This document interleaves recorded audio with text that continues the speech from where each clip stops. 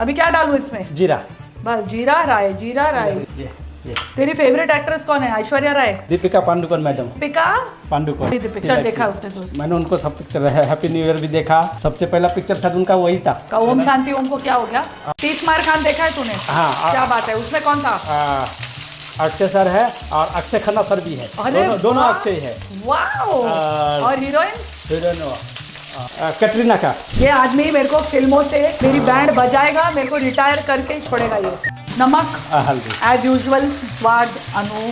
तो इसमें थोड़ा धनिया डालना पड़ेगा। हाँ, धनिया से तो बिगड़ते तो तेरा चलता नहीं है। जीरा पाउडर बेटर है। धनिया पाउडर, थोड़ा लाल मिर्च के बिगड़। ये क्या देखो, एक चुटकी सिंदूर की याद दिला रहा है।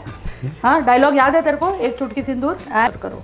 सब चीज मैं करूँ, मिलाऊं भी मैं, डालू भी मैं। तू क्या करेगा? तू टेस्ट करेगा। देख कर टेस्ट कर, ये जिंदा बच्चा। हाँ हाँ, मजा आया एकदम कड़क। खुद के खाने में कैसे मजा आता है इसको।